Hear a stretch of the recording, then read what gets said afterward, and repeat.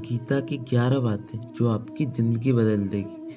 Number 1, क्रोध का त्याग कर दें। क्रोध से मनुष्य की मति मरी जाती है, यानी मूढ़ हो जाती है, जिससे स्मृति भ्रमित हो जाती है। स्मृति भ्रम हो जाने से मनुष्य की बुद्धि नष्ट हो जाती है और बुद्धि का नाश हो जाने से मनुष्य खुद अपना ही नाश कर बैठता है। नंबर 2, मृत्यु से भी बढ़कर है मृत्यु का भय। ना कोई मरता है और ना ही कोई मारता है। सभी निमित्त मात्र में सभी प्राणी जन्म से पहले बिना शरीर के थे और मरने के उपरांत वे बिना शरीर वाले हो जाएंगे। यह तो बीच में ही शरीर वाले देखे जाते हैं, फिर इनका शोक क्यों करते हो? कोई भी अमर जड़ी खाकर पैदा नहीं हुआ है। कोई जल्दी मरेगा तो कोई देर से। मृत्यु का भय मत पालो, मरना तो सभी को एक ना एक दिन है। जो बना है वह फना है। नंबर 3, आत्मा अजर अमर है। आत्मा को न शस्त्र काट सकते हैं, न आग उसे जला सकती है, न पानी उसे भिगो सकता है, न हवा उसे सुखा सकती है। जो लोग यह मानते हैं कि मरता सिर्फ शरीर है, आत्मा नहीं, मेरे अपने जो मर गए असल में वे मरे नहीं हैं, उन्होंने तो देह छोड़ी है, वे कहीं और जन्म लेंगे। ऐसे लोग ही सच्चा मार्ग ढूंढ लेते हैं। नंबर 4, कोई हमारा अपना नहीं है। गीता में श्री कृष्ण अर्जुन से कहते हैं कि हे अर्जुन, तेरे और मेरे कितने ही जन्म हो चुके हैं। आप जिसे तू अपना समझ रहा है वे पूर्व जन्म में तेरे नहीं थे। मेरे और तेरे बहुत से जन्म हो चुके हैं।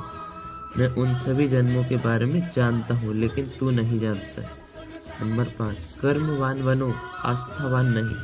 कर्म पर ही तुम्हारा अधिकार है, लेकिन कर्म के फलों में कभी नहीं। इसलिए कर्म को फल के लिए मत करो और ना ही काम करने में तुम्हारी आसक्ति हो।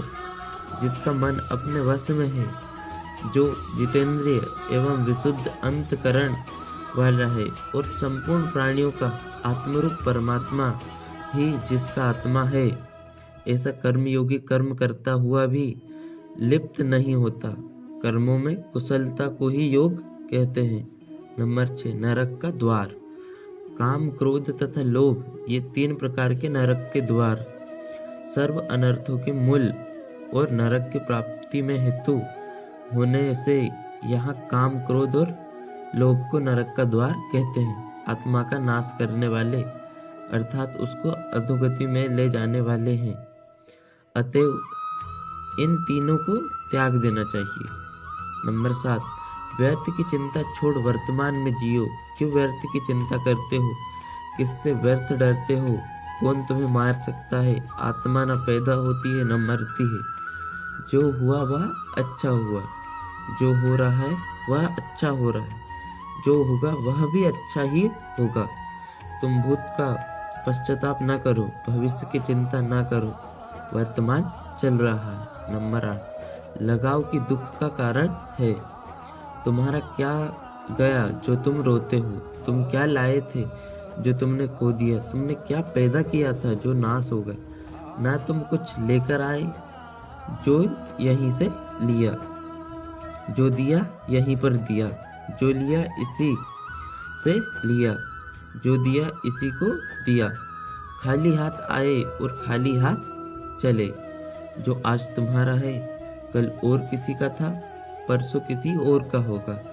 तुम इसे अपना समझकर मग्न हो रहे हो, बस यही प्रसन्नता तुम्हारे दुखों का कारण है। नंबर 9, परिवर्तन को समझो और उसके साथ रहो। परिवर्तन संसार का नियम है जिसे तुम मृत्यु समझते हो। यही तो जीवन है। एक क्षण में तुम करोड़ों के स्वामी बन जाते हो, दूसरे ही क्षण में तुम दरिद्र हो जाते हो। मेरा तेरा छोटा बड़ा, अपना पराया मन से मिटा दो, फिर सब तुम्हारा है, तुम सबके हो। न यह शरीर तुम्हारा है न तुम शरीर के हो। यह अग्नि, जल, वायु, पृथ्वी, आकाश से बना है और इसी में मिल जाएगा, परंतु आत्मा स्थिर है। फिर तुम क्या हो? नंबर 10, धर्म की शरण में रहो। यदि तुम खुद कुछ नहीं कर सकते हो तो श्री कृष्ण कहते हैं कि तुम अपने आप को भगवान को अर्पित करो। यही सबसे उत्तम सहारा है। जो इसके सहारे को जानता है वह भय, चिंता व शोक से सर्वदा मुक्त है। जो कुछ भी तू करता है उसे भगवान को अर्पण करता चला।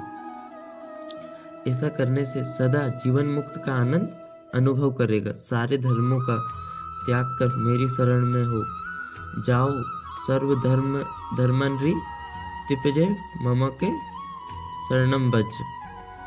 नंबर 11, विश्वास मनुष्य अपने विश्वास से निर्मित होता है। जैसा वह विश्वास करता है वैसा वह बन जाता है। सदैव संदेह करने वाले व्यक्ति के लिए प्रसन्नता ना इस लोक में है और ना ही परलोक में। जो कोई भी व्यक्ति जिस किसी भी देवता की पूजा विश्वास के साथ करने की इच्छा रखता है, मैं उसे व्यक्ति का विश्वास उसी देवता में ढूंढ कर देता हूँ।